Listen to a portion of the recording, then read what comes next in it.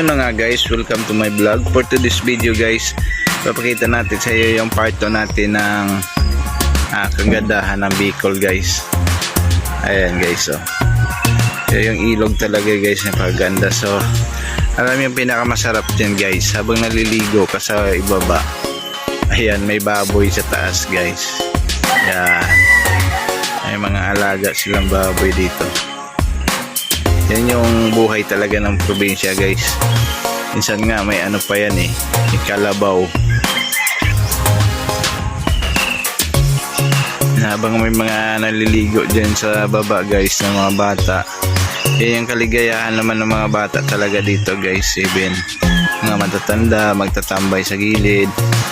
Ayan, so tingnan nyo naman guys yung bahay dito, ganun din talagang ano siya, native na native. Wala kasi siyang ano dito guys eh.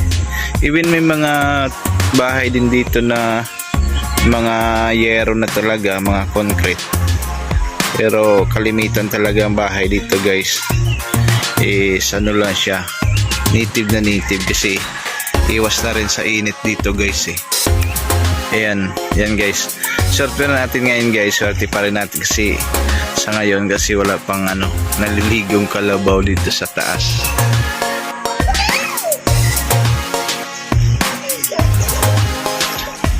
So yan guys, yan, napakalamig ng tubig.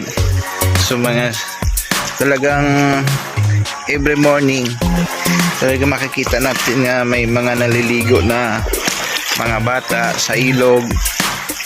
And tapos maya maya habulin na ng magulang yan guys na may dalang pamalo kasi sobra ng paliligo. Ayan guys, oh, yan, yan, native na native yung bahay.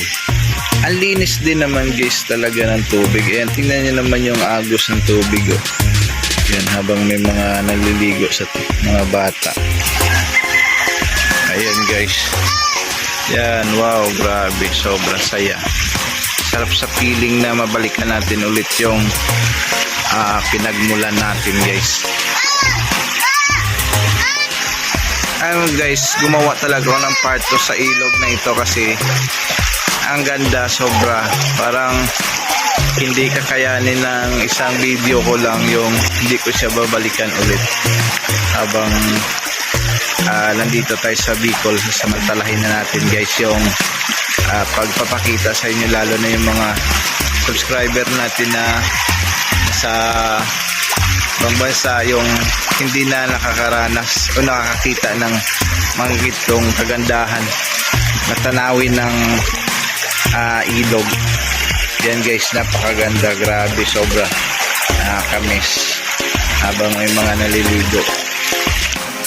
So yan, yan yung mga kabataan guys, mga bata nuhuli ng isda.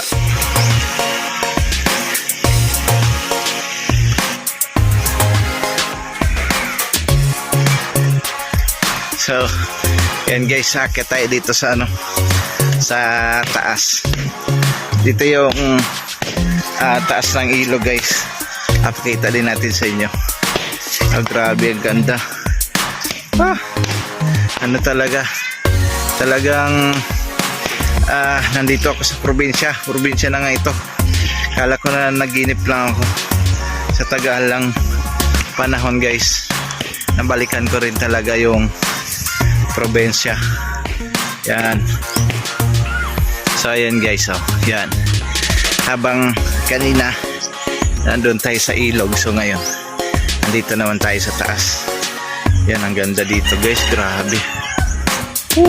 Talagang yan, makikita mo dito, yan, may mga manok na gumagala, ibon, naririnig na ibon. Yung sa ilog may nagpapalo ng labahan.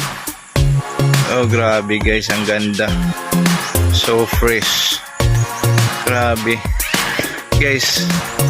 Kung kaya nang sinabi ko sa first video natin guys, magbakasyon tayo guys habang tayo malakas pa. Hindi naman natin kailangan yung talagang magpakapagod tayo para sa pera. kung may konting sobra tayo guys, may time tayo, magbakasyon tayo guys, kasi ito talaga yung stress reliever talaga natin, yung mabalikan natin yung probinsya.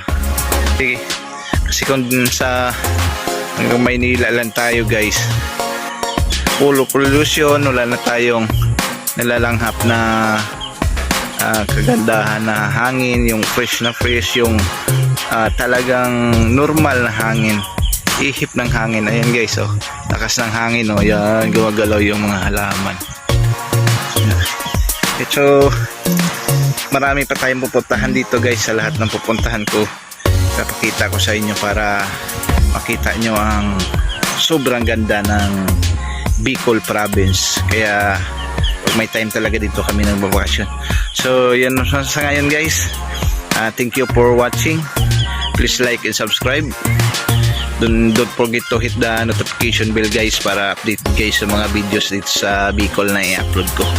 Abangan nyo rin guys yung i-upload ko na pagsasakripisyo ni Jesus sa Friday para tubusin ang ating mga kasalanan sa mundong ito. Maraming salamat guys.